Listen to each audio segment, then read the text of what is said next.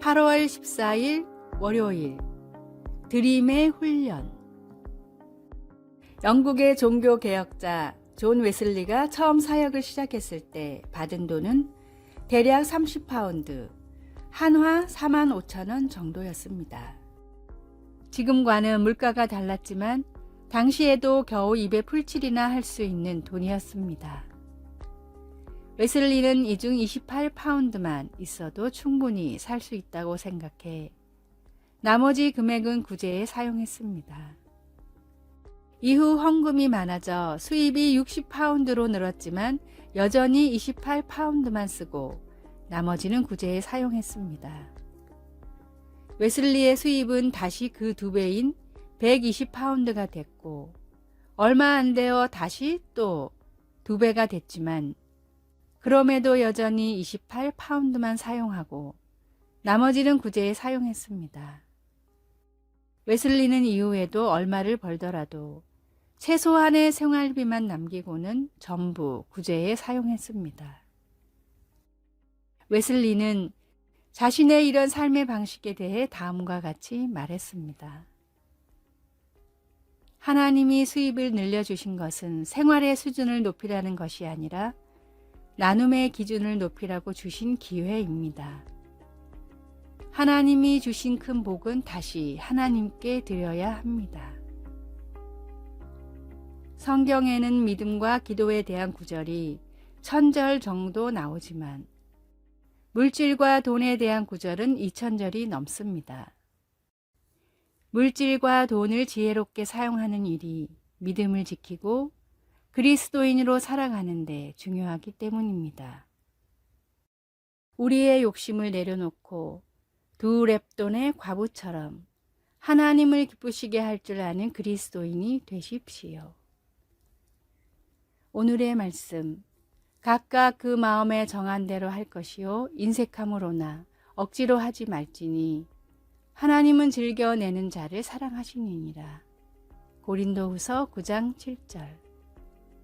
오늘의 찬송 215장 내 죄에 속해 주신 주께.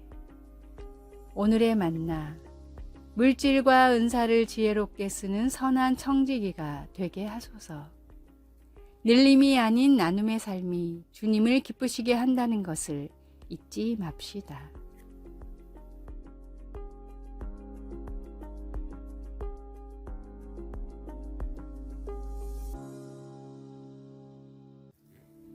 (8월 15일) 화요일. 하나님은 아십니다. 대형 추상화 작품을 감상하려고 멈추어 서 있던 한 부부가 그림 아래에 열려있는 물감통과 붓이 있는 것을 보았습니다. 부부는 그것을 누구나 창작에 참여할 수 있는 미완성 작품으로 짐작하고 물감으로 몇 번 색을 칠한 후 그 자리를 떴습니다. 하지만 작가는 그림의 재료를 완성된 작품의 일부로 여겨 그곳에 의도적으로 전시했던 것입니다. 미술관에서는 사건의 영상을 검토한 후 그것이 오해로 빚어진 것임을 인정하고 변상을 요구하지 않았습니다. 요단강 동쪽에 거주하던 이스라엘 백성들이 강 옆에 큰 제단을 쌓자 오해를 불러일으켰습니다. 예배를 위해 하나님께서 인정한 유일한 장소가 성막뿐이라는 것을 누구나 알고 있었기에 강 서쪽에 거주하는 지파들은 그것을 하나님에 대한 반역으로 여겼습니다. 긴장이 고조되자 동쪽 지파 사람들이 그것은 하나님의 제단의 모형일 뿐이라고 해명했습니다. 그들은 후손들이 그것을 보고 이스라엘의 다른 지파와의 영적, 혈연 관계를 인식할 수 있기를 바랐던 것입니다. 동쪽 지파 사람들은 이렇게 외쳤습니다. 전능하신 자 하나님 여호와께서 아십니다. 다행히도 다른 지파 사람들이 귀 기울여 듣고 정황을 파악한 후 하나님을 찬양하고 집으로 돌아갔습니다. 다른 사람들과의 화합을 위해 노력할 때 우리는 하나님을 의지할 수 있습니다. 말씀, 전능하신 자 하나님 여호와께서 아시나니. 여호수아 22장 22절. 찬송 212장 겸손히 주를 섬길 때. 기도, 하나님, 귀를 기울여 듣고 겸손히 말할 수 있게 도와주소서. 아멘.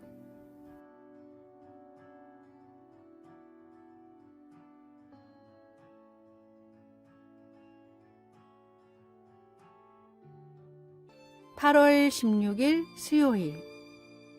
행복을 만드는 힘. 역사상 10손가락 안에 꼽히는 대제국인 에스파냐와 로마 제국을 무너뜨리고 유럽을 점령한 나폴레옹은 숨을 거두기 얼마 전 자신의 인생을 다음과 같이 회고했습니다. 내 생애의 행복한 날은 단 6일밖에 존재하지 않았다. 불가능은 없다. 오늘의 불행은 잘못 보낸 지난 시간의 보복이다. 라는 말을 남긴 나폴레옹과는 전혀 어울리지 않는 말이었습니다.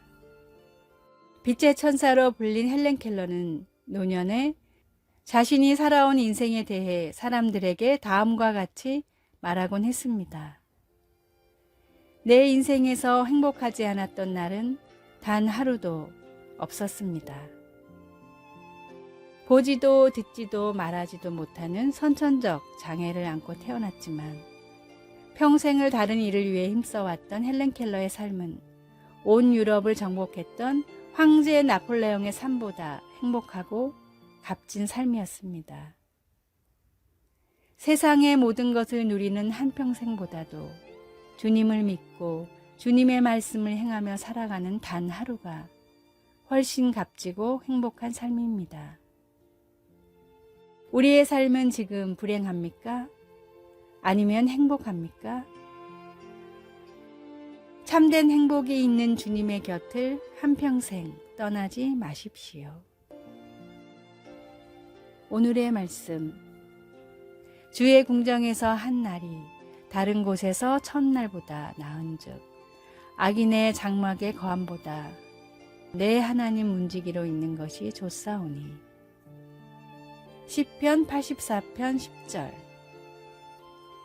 오늘의 찬송 435장 나의 영원하신 기업. 오늘의 만나.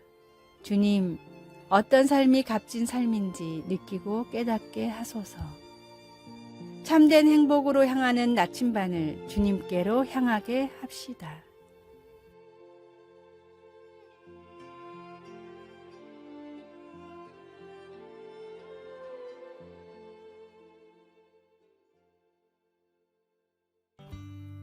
(8월 17일) 목요일. 열쇠. 토마스 키팅의 고전 인간 조건이라는 책에는 잊지 못할 이야기가 있습니다. 집 열쇠를 잃어버린 선생님이 풀밭에 엎드려 열쇠를 찾고 있었습니다. 열쇠를 찾는 선생님을 본 제자들도 함께 찾았지만 열쇠는 안 보였습니다. 마침내 한 똑똑한 제자가 이렇게 묻습니다. 선생님, 열쇠를 어디서 잃어버렸는지 혹시 기억나세요? 선생님이 대답합니다. 당연하지. 집 안에서 잃어버렸어. 그럼 왜 우리가 집 바깥에서 찾고 있어요? 라고 제자들이 묻자 선생님은 당연하지 않아? 여기가 더 밝으니까 라고 대답합니다. 키팅은 여기서 우리가 하나님과의 친밀함과 하나님의 사랑의 임재를 경험하게 해주는 열쇠를 잃어버렸다고 결론 내립니다. 그 경험 없이는 어떤 것도 가능하지 않습니다. 하지만 그것을 경험하면 거의 모든 것이 가능합니다. 삶의 기복 속에서도 하나님이 여전히 우리의 가장 깊은 소망의 열쇠가 된다는 사실을 우리는 너무나 쉽게 잊어버립니다. 하지만 우리가 모든 그릇된 곳을 향하는 것을 멈출 때 하나님은 거기서 우리에게 참된 안식을 보여주십니다. 마태복음 11장에서 예수님은 하나님의 길을 지혜롭고 슬기 있는 자들에게는 숨기시고 어린아이들에게는 나타내신 하나님 아버지를 찬양합니다. 그러시고 나서 수고하고 무거운 짐진 자들을 불러 안식으로 초대하십니다. 말씀, 나는 마음이 온유하고 겸손하니 나의 멍에를 메고 내게 배우라. 그리하면 너희 마음이 쉼을 얻으리니.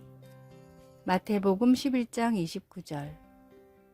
찬송 526장 목마른 자들아. 기도. 가장 화려해 보이는 곳에서 만족을 찾으려 하는 저의 모습을 자주 봅니다. 그 대신 참된 평안을 찾기 위해 하나님께로 향할 수 있도록 도와주소서. 아멘.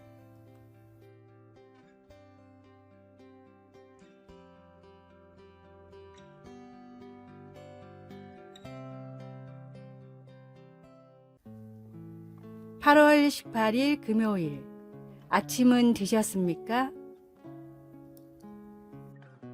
미국 PCA 장로교단의 파송으로 한국에서 33년간 선교를 한 알빈 스넬러 선교사는 은퇴 후 미국에서 한국어로 성경을 가르칠 정도로 한국을 사랑했습니다. 아직 교회가 없는 농어촌 지역의 교회를 세우며 또한 신학교에서 후학 양성에도 열심을 내셨던 알빈 선교사는 강의 때마다 학생들에게 같은 질문을 던졌습니다. 여러분, 아침은 드시고 오셨습니까? 강의 시간이 아침이든 점심이든 혹은 저녁이든 선교사는 항상 아침을 먹고 왔냐고 물었습니다. 외국인이라 한국말이 서툴러서 하는 질문이라고 생각하기에는 그의 한국어는 매우 유창했습니다. 결국 호기심을 못 이긴 한 학생이 왜 매번 아침을 먹고 왔냐고 물으십니까? 라고 물었습니다. 제가 말한 건 육의 양식이 아니라 영의 양식입니다. 학생들의 육의 양식은 잘 챙기는 것 같은데 영의 양식은 아침도 잘 안 챙겨 먹고 오는 것 같습니다. 하나님의 말씀을 정말로 영혼의 양식이라 믿는다면 끼니를 챙기듯이 말씀을 챙겨야 합니다. 하루를 살아갈 힘이 되며 우리의 약속이 되시는 주님의 말씀을 매 끼니 챙기십시오. 오늘의 말씀. 썩는 양식을 위하여 일하지 말고 영생하도록 있는 양식을 위하여 하라. 이 양식은 인자가 너희에게 주리니 인자는 아버지 하나님의 인치신 자니라. 요한복음 6장 27절. 오늘의 찬송 202장 하나님 아버지 주신 책은. 오늘의 만나. 생명의 양식인 주님의 말씀을 중히 여기며 자주자주 보게 하소서. 살아갈 힘이 되며 우리의 약속이 되시는 주님의 말씀을 매 끼니 챙깁시다.